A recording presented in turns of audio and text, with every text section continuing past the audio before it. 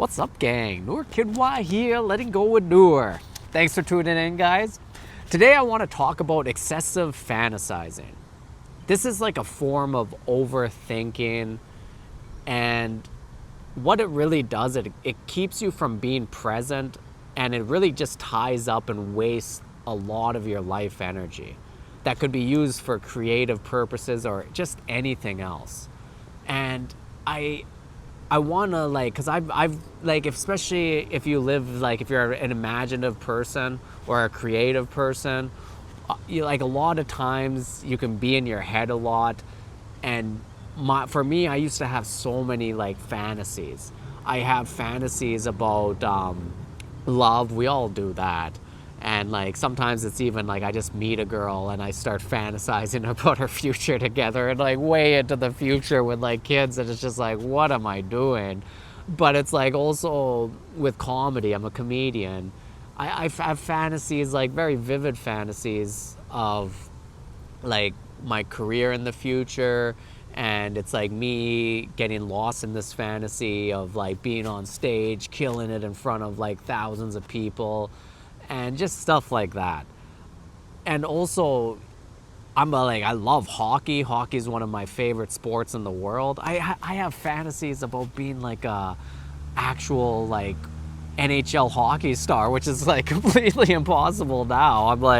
I'm 38, but it's like I still sometimes run these old fantasies of like if I'm on my favorite team, the Calgary Flames, and like we're winning the cup.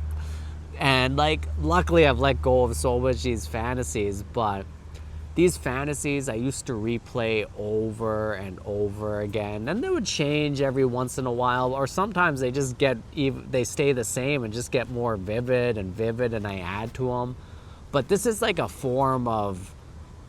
like almost a form of mental masturbation. It makes you feel good, but it accomplishes nothing. And a lot of it comes from emotional energy inside of us that drives that fantasy.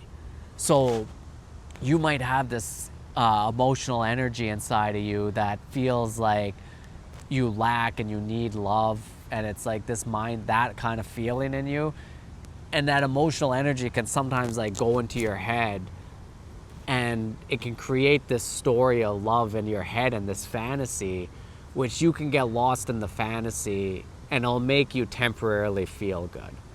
And it's the same with that hockey fantasy I have. The whole hockey fantasy, it's like this feeling inside of me, and I've examined it because I constantly get caught in that loop. It's this feeling inside of me of wanting glory, wanting validation from others, not feeling enough if I don't have that, not feeling seen, not feeling, yeah, pretty much like not feeling seen. And then I get this fantasy where I'm like this all-star hockey player who's winning awards and all of that stuff. And that fantasy is basically just that energy coming up, and that fantasy like makes you feel good. It's a way of self-soothing yourself. But the truth is that energy is just, you're just wasting it, and it might feel good temporarily, but that energy could be used to be present, and it can be used creatively, or just in any other part of your life in a more efficient way. Because when you're fantasizing, you're just standing still doing nothing when you technically look at it, and you're not dealing with those emotions. So those emotions get stronger, and then that self-soothing through fantasy gets stronger as well. So you just develop this loop. So the next time you get into these fantasies, whichever they are, and they're not bad, this is just like, it's just a self-soothing mechanism, which is completely normal. People sometimes self-soothe with drinking and drugs. So the fact that you do it with fantasy, it's not like nothing wrong with it. But next time you feel those fantasies coming up, and you're replaying these fantasies that you've replayed 1,000 times in your head, notice the energy in that fantasy. Notice what triggered that fantasy. A lot of times that's a big one. You might feel that like I'm not seen, or you feel this lack in you. You feel that, and then all of a sudden your mind triggers this fantasy to kind of avoid that feeling. It's a way to avoid it. And then all of a sudden you get stuck in this fantasy. You're not present, and it just kills your creative energy. So notice those. Notice what triggers that, and eventually start trying to feel into that like feeling of lack. Try to feel into those feelings inside of you that trigger these fantasies, that sit behind these fantasies. And honestly, you can bring it up. You can bring up these feelings and you can release them. It's absolutely beautiful. And once you do release them, you realize that these fantasies do nothing but distract you and to take away your energy. And after that, you can really honestly be more present, use that energy in a more creative way, and yeah, you spend less time daydreaming and fantasizing and more time being present and just really going after what you want in life. And I think that's a healthier way, because there's no use in fantasizing about stuff when you're not taking action to get it. When you release these negative emotions, those fantasies slow down and your action becomes more effortless and natural, that the things that you want in life, the opportunities, they start coming a lot more naturally and a lot more easily. So that's the kind of place you want to get to. A lot of us in our spiritual community, that's what we talk about. We talk about attracting stuff into our life more effortlessly.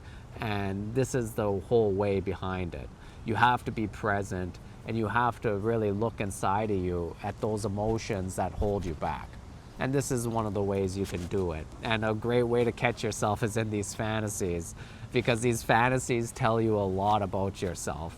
And it's like I said, for me, I have this hockey one. That's me trying to seek validation. That's me not feeling seen and thinking I fantasize about this glory, because that's, to me, that makes me feel seen, so it makes me feel good. You have to think of these fantasies almost like you scrolling on your phone. It's just a way to avoid feeling these feelings inside of you and give you like a temporary dopamine rush that feels kind of nice. So it's a way of self-soothing. And technically fantasies are better than your phone, because your phone you can really get lost in and really kill your energy. But the other thing is, those fantasies, they use up so much mental energy and so much of your life energy, and that can be used for a lot better things in your life. So I wanted to talk about that. If you have any questions, please ask. This is like an interesting topic. So hopefully, I hope you're getting it, and I'm going to do more videos on it to like, maybe if I can find a way to communicate this a little bit more clearly. But I hope you got it. And if you have any questions, ask. Please like and subscribe. Peace.